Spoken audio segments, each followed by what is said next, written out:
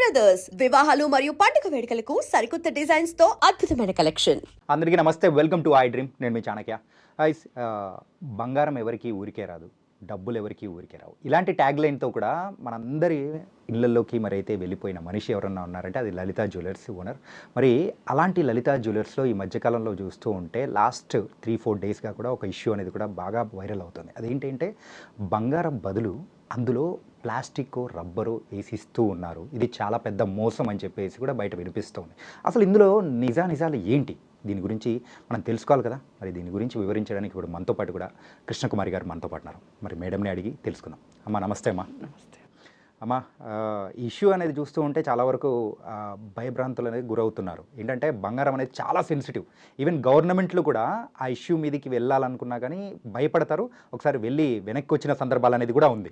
కాకపోతే ఇప్పుడు ఆ బంగారపు విషయంలోనే ఆ బంగారపు కొట్టు వాళ్ళే ఇలా చేస్తున్నారని ఇష్యూ బయటకు వచ్చేటప్పటికి అందరిలో కొంచెం కొన్న వాళ్ళందరూ కూడా కొంచెం భయాందోళనకు గురవుతున్నారు. ఏంటి అసలు దీనిలో నిజాలు ఏంటి అంటే మీరేం చెప్తారు? కొన్నవాళ్ళు భయాందోళనకు గురవుతున్నారు అనే ఒక అభిప్రాయంతో నేను ఏకీభవించను. ఎందుకంటే ఇవాళ మనుషుల్లో నిలదీసే తత్వం పెరిగింది. ఓకే. పైగా కన్జ్యూమర్స్కి రైట్స్ ఉన్నాయి అనేది కూడా అవేర్నెస్ కూడా చాలా వరకు పెరిగింది. ఇప్పుడు మీడియా కూడా పెరిగింది. ఇప్పుడు ఈ మీడియాలో 4 రోజుల నుంచి ఈ వార్త రోజు అదే అదే అదే అదే చెవులో ఇల్లు కట్టుకుని చెప్తున్నప్పుడు అసలు ఈ పాటికి లలితా జ్యువెలర్స్ దగ్గర పెద్ద ట్రాఫిక్ జామ్ కావాలి. అంటే ఏ రకంగా అంటే ఇప్పుడు వాళ్ళ నగలు ఎలా ఉన్నాయో, ఇప్పుడు చాలా మంది నగలు కొనుక్కున్నారు కదా వాళ్ళ దగ్గర. వాళ్ళు ఇంకెక్కడికో ప్యూరిటీ కోసం చెక్ చేయించుకోవటానికి వెళ్ళి ప్యూరిటీ ఇంతే ఉందంట ఏంటి అని చెప్పి నిలదీయాలి కదా. ఎందుకు రావట్లే అంతమంది జనాలు? మరి నేను కొన్నానండి, నేను మంచిగా ఉంటుందనే కొనుక్కున్నా. కానీ ఇంకెవరో ఒక అతను వచ్చి కంప్లైంట్ చేసినప్పుడు నాకు ఒక అనుమానం వస్తుంది. ఇవాళ బంగారం ఉన్న రేటుకి నాకు అనుమానం వస్తుంది. వచ్చినప్పుడు నేను సహజంగా నేనేం చేస్తా, ఆయన దగ్గరికి వెళ్ళాను అనుకోండి, ఆయన ఏం చెప్తారు, అంతా బాగుందండి అనే చెప్తారు. అప్పుడు ఏం చేస్తారు వీళ్ళు, సెకండ్ ఒపీనియన్కి వెళ్తాను నేను. సెకండ్ ఒపీనియన్లో నాకు ఏదో తేడా ఉంది అని తెలిసింది అనుకోండి, నేను ఊరుకుంటానా? వెళ్తానా లేదా షాప్ దగ్గరికి? వెళ్తారు. మరి ఎవరు రావట్లేదేంటి? ఆ ఒక్క మనిషే వచ్చాడేంటి? ఇక్కడ ఒక్క పొరపాటు అయితే జరిగి ఉండొచ్చు. నేను కస్టమర్ది కూడా తప్పని నేను అనట్లా. కాకపోతే అతను అన్న మాటని స్ట్రాంగ్ చేసుకుంటానికి రబ్బర్ ఉంది, అది ఉంది, ఇది ఉంది అని మాట్లాడుతున్నాడేమో కానీ అసలు 46 గ్రాములు ఉన్నప్పుడు కొనుక్కున్న గాజు ఇప్పుడు తూకం వేస్తే 40 గ్రాములు వచ్చింది అని చెప్పి చెప్తున్నారు. 6 గ్రాములు ఒక సంవత్సరం లోపల అరిగే ప్రశ్నే లేదు, అరగదు కూడా. ఓకే. అయితే ఈ లెక్క నిజంగానే అరిగింది అనుకుందాం, పోనీ షాప్ వాళ్ళు చెప్పినట్టే అరిగింది అనుకుందాం. అరిగితే ఈ లెక్కన ఆ 46 గ్రాముల వస్తువు అరగటానికి 3-4 ఏళ్ళు పట్టదు, లేదంటే 5 ఏళ్లలో అరిగిపోవాలి. మరి ఇట్లా బంగారం ఇలా కరిగిపోయే కాడికి ఎందుకు కొనుక్కోవడం ఎందుకు? అసలు తరతరాల బంగారం ఎలా ఉంటుంది? ఆ రోజు వాళ్ళు వెయిట్ తప్పు చేసి ఉండాలి. ఓకే. ఆ రోజు వాళ్ళు ఇది ఫస్ట్ తీసుకునేటప్పుడే వెయిట్ పొరపాటున పడి ఉండాలి. 6 గ్రాములు లేదు అనుకుంటే 5 గ్రాములు తప్పుబడి ఉండాలి.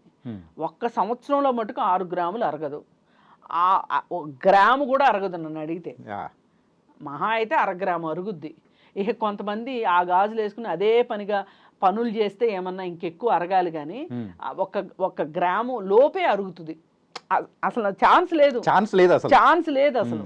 ఎందుకంటే ఇప్పుడు నేను ఎప్పుడన్నా ఏదన్నా వెళ్ళినప్పుడు తూకం వేయిస్తా ఉంటే అస్సలు ఇన్ని సంవత్సరాలు అయినా కానీ తేడా రాలేదు నాకు, అంత అరుగుదల ఉండదు. కానీ అతను, అందుకే నేను అనేది ఏంటంటే ఆ రోజు ఒక మ్యాన్ మేడ్ మిస్టేక్ జరిగి ఉంటుంది. ఓకే. కొన్న రోజున అనుకోకుండా అతను ఇప్పుడే వచ్చాడు, సంవత్సరానికే వచ్చాడు. వచ్చినప్పుడు ఆ రోజు తూకం వేసిన అతను ఉండడు కదా, వేరే వాళ్ళు ఉంటారు. ఇతను ఈ 40 గ్రాములే అని చెప్పాడు. మరి వాళ్ళకేంటి, వాళ్ళ గ్రామ్ ఎంత ఉంది? దగ్గర 11,500 ఉంది. గుండె గుబేలు అంటదా అందా? ఎందుకన్నది డబల్, ఆ రోజు కొన్న దాంతో కంపేర్ చేసుకుంటే డబల్ ఉన్నట్టే కదా. మరి అందుకే గుండు గుబేలమని అతను గొడవ చేస్తున్నాడు. అయితే అక్కడ వీళ్ళు ప్రాపర్గా డీల్ చేయటం రాలా ఆ రోజు షాప్లో. ఇప్పుడు ఒక కస్టమర్ వచ్చాడు, కస్టమర్ని నువ్వు కావాలని మోసం చేయకపోవచ్చు, కానీ కస్టమరే అపోహలో ఉన్నాడు అనుకో, నువ్వు కూర్చోబెట్టి మాట్లాడాల్సిన బాధ్యత నీకు ఉంది కదా. కస్టమర్కి రైట్ ఉంటుంది, షాప్ అతనికి రెస్పాన్సిబిలిటీ ఉంటుంది. ఈ రైట్స్ రెస్పాన్సిబిలిటీస్ కొట్లాడుకున్నప్పుడు ఇలాంటి ఫ్రిక్షన్స్ వస్తాయి. అలా కాకుండా మీరు షాప్లో కూర్చుని వ్యాపారం చేస్తున్నారు కాబట్టి వ్యాపారస్తుడికి ఎప్పుడూ కూడా బాధ్యత ఉండేది ఉంటుంది. కస్టమర్ ఈజ్ అవర్ గాడ్ అన్నాడు మహాత్మా గాంధీ. ఖచ్చితంగా గాడే. ఎందుకంటే అసలు కస్టమర్స్ లేకపోతే ఏం చేస్తాం మనం? ఇప్పుడు మనం కష్టపడి వీడియో చేస్తామండి ఓ మంచి టాపిక్ మీద, పోనీ ఇదే మంచి టాపిక్ అనుకుందాం, నలుగురు చూశారనుకోండి, కామెంట్స్ పెట్టారనుకోండి, మనకు సాటిస్ఫాక్షన్ ఉంటుంది. చూడలేదనుకోండి, అరే ఇంత మంచి టాపిక్ ఎక్కలేదే, చూడలేదే వాళ్ళు, నిజంగా ఇది అవసరమైన టాపిక్ కదా అని మనం అనుకుంటాం. లేదు, మనం ఏం చేస్తాం, అందరింటికి వెళ్ళి అయితే చూపించలేం కదా. అట్లాగే ఇక్కడ కూడా ఏంటి అంటే అది ప్రూవ్ చేసుకోవాల్సిన బాధ్యత మీది, షాప్ వాళ్ళది. ఆ రోజు అక్కడ మిస్టేక్ జరిగింది అంతే, ఇంక ఇందులో మాట్లాడుకోవడానికి లేదు. చాలా చాలా స్కాములు జరిగినాయి అనేది మట్టుకు నాకెందుకో లాజికల్గా ఆలోచిస్తే కరెక్ట్ కాదనిపిస్తుంది. కానీ అక్కడ ఏంటంటే ఆ బంగారంతో పాటు ఆ రబ్బరు లేకపోతే ప్లాస్టిక్ అది మిక్స్ చేసి ఇవ్వడమో ఏదో సంథింగ్ జరుగుతుంది అని చెప్పేసి ఇలాంటి మోసాలు అనేది కూడా అంటే చెప్పడం అనేది కూడా బయట వినిపిస్తున్నాయి కదా. కాదండి, కొన్ని గాజులు బోలు గాజులు ఉన్నాయి అనుకోండి, దాని లోపల ఏం చేస్తారంటే ఆ హాలోనస్ని తగ్గించడానికి దాని లోపల టంకం లాంటివి వేస్తారు. అసలు కొన్ని గాజులు మధ్యలో ప్లాస్టిక్ ఉండి చుట్టూ బంగారం ఉండే గాజులు కూడా ఉంటాయి. అసలు గాజుల తయారీనే అట్లా జరుగుతుంది. ఆ రకం గాజా ఏంటి అనేది తెలియదు. ఇప్పుడు ఏంటి అంటే ఎవరి వాదన వాళ్ళు చేసుకుంటున్నారు. ఇప్పుడు ఇంత చేసే లలితా జ్యువెలర్స్ ఆయన బయటకు వచ్చి ఆయన ఏం పెద్దగా మాట్లాడుతున్నట్టు కనిపించట్లా. ఎందుకంటే ఆయన ధీమా ఆయనకు ఉంది. ఇది మధ్యలో వాళ్ళు మీడియా వాళ్ళు మాట్లాడటమే తప్పితే ఆయన పెద్దగా ఇంతవరకు బయటకు వచ్చి మాట్లాడింది లేదు. ఇది ఎక్కడో మిస్ హ్యాండ్లింగ్ జరిగిందనేది నా ఉద్దేశం. ఇలాంటి వ్యాపార సంస్థల మీద కూడా ఇలాంటి ఆరోపణలు వచ్చాయంటే ఖచ్చితంగా కస్టమర్లు భయపడ్డము, దాంతోపాటు అన్ని జరగడం అనేది జరుగుతూ ఉంటాయి. కాకపోతే ఆ నమ్మకం ఇవ్వాల్సిన చోట నమ్మకం ఇవ్వకపోతే మరి దాని క్రెడిబిలిటీ అనేది కూడా తగ్గుతుంది కదా. అది ఎంతో కొంత ఇంపాక్ట్ అయితే ఉంటుంది. కానీ నేనేమంటున్నానంటే జనాలు కూడా అర్థం చేసుకోవాల్సింది, నిజంగా మీరు లలితా జ్యువెలర్స్లో ఎవరైనా కొన్న వాళ్ళకి నమ్మకం లేకపోతే, ఒక డౌట్ ఏదన్నా వస్తే, ఇప్పుడు మనకి ఏంటంటే ధర్మకాట అని ఒకటి ఉంటుంది, అక్కడికి తీసుకెళ్ళి థర్డ్ పార్టీ గ్యారంటీ అన్నట్టు అక్కడికి తీసుకెళ్ళి తూకం వేయించుకోవచ్చు. టోకన్ ఛార్జెస్ చెప్తారు. ఇప్పుడు మన దగ్గర బిల్లు ఉంటుంది, అందుకే బిల్లు జాగ్రత్తగా దాచిపెట్టుకోవాలి. ఈ బిల్లు ఈ బంగారము తీసుకెళ్ళి మనము ఇప్పుడు థర్డ్ పార్టీ ఏజెన్సీ లాగా ఉన్న వాళ్ళ దగ్గర తీసుకెళ్ళి తోక వేయించుకున్నాం అనుకోండి, వాళ్ళు వెయిట్ చెప్తారు. వెయిట్ చెప్పినప్పుడు తక్కువ వచ్చింది అనుకోండి, మీ బిల్లులో ఉన్నదానికి బంగారానికి వెయిట్ తేడా వచ్చింది అనుకోండి, వెళ్ళి మాట్లాడండి లలితా జ్యువెలర్స్ దగ్గర. అయినా ఈ మాత్రం తెలివితేటలు బంగారం కొనుక్కునే వాళ్ళకి లేవంటారా ఈరోజు? ఎందుకు లేవు, ఇంతకంటే ఎక్కువ ఉన్నాయి. మరి ఎవరు రావట్లేదు ఏంటి అక్కడికి? అంటే దీని వెనకాల ఏమైనా కుట్ర జరిగిందంటారా? ఖచ్చితంగా అనుకున్నా. నేను అసలు ఎప్పుడో జరిగిద్ది ఇది అనుకున్నా. ఎందుకు జరుగుద్ది అనుకున్నానంటే, అతను డైమండ్ క్యారెట్ రేటు అందరికంటే తక్కువ ఉంది అతని దగ్గర. అతను అడ్వర్టైజ్ చేస్తాడు, అందుకే తెలుసు నేనైతే ఎప్పుడు వెళ్ళాలి లలితా జ్యువెలరీకి. అతను అడ్వర్టైజ్ చేస్తాడు, మా దగ్గర తక్కువ అని చెప్పి అతను బిజినెస్ చేసుకుంటున్నాడు, రోరింగ్ బిజినెస్ చేసుకుంటున్నాడు. ఎప్పుడు కిటకిటలాడుతూ ఉంటుంది ఆ షాపు. ఇది ఇవాళ వచ్చిన షాప్ కాదు, దాదాపు అతను పెట్టి 30 ఏళ్ళు, ఇది ఎప్పటి నుంచో ఉంది. మెడ్రాస్లో స్టార్ట్ చేశాడు ఆయన. ఒకప్పుడు ఈ మంత్లీ స్కీములు చాలా ఎక్కువ ఉండే, గోల్డ్ స్కీములు. 11 నెలలు కడితే 12వ నెలలో మనకి 12 నెలలకు సరిపడా బంగారం మనకిస్తారు. అప్పుడు గోల్డ్ రేట్ చాలా తక్కువ ఉండేది కాబట్టి 2000 స్కీమ్ కట్టినా 24,000కు కూడా కొంచెం కనిపించేంత బంగారం వచ్చేది. ఇవాళ 24,000కి ఏ బంగారం 2 గ్రాములు వస్తుంది. 2 గ్రాములు ఏ పోతాద్దం పెట్టి చూసుకోవాలి 2 గ్రాములు అంటే. మరి పరిస్థితి ఎలా ఉంది? అండ్ ఇందులో ఆఖరి క్వశ్చన్ అమ్మా మ్మ్. ఏంటంటే ఎప్పుడైనా కానీ ఇలాంటి విషయాలు ఒక కంపెనీ మీద కానీ ఏదైనా బయటికి వచ్చింది అని అంటే కొంతమంది తీసుకోవడం అనేది కూడా కావాలని చేపించుకోవడం అనేది కూడా ఒకటి ఉంటుంది ఏంటంటే ఫ్రీ పబ్లిసిటీ. సో ఈ రకంగా కూడా మనం ఆలోచించవచ్చు కదా.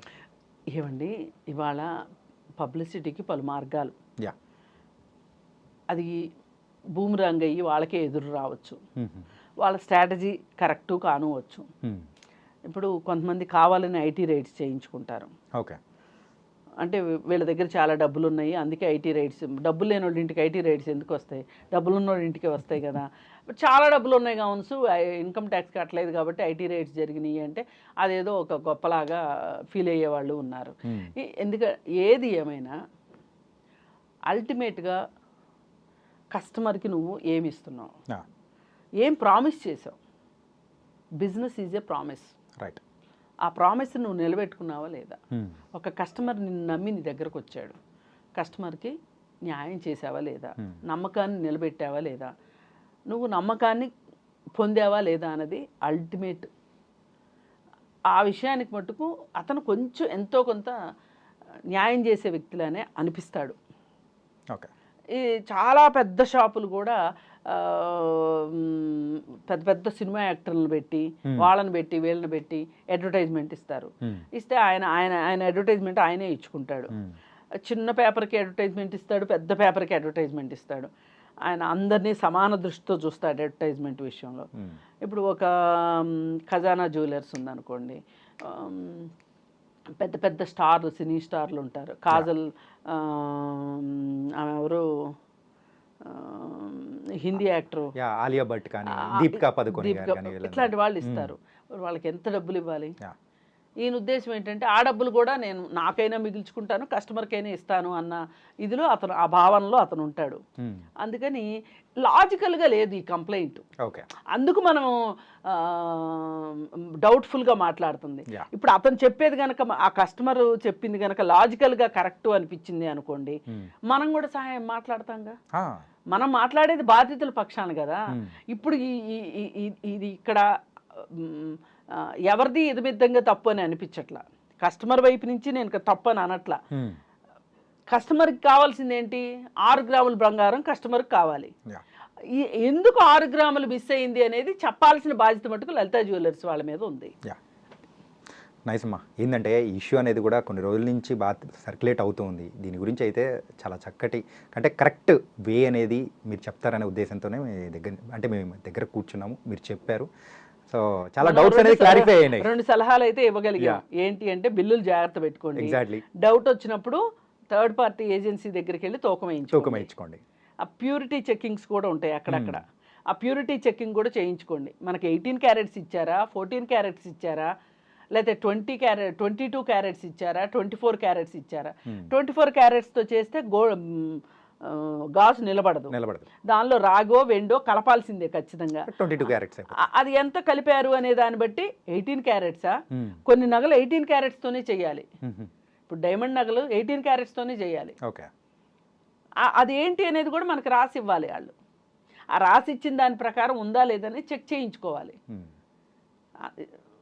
ఈ అవేర్నెస్ ఉంటే మోసాలు కూడా మనం చేయకుండా ఉంటారు షాపులు వాళ్ళు. చాలా చక్కటి టిప్స్ అయితే మన ప్రేక్షకులకు ఇచ్చారు. థ్యాంక్ యూ సో మచ్ అమ్మా. Thank you.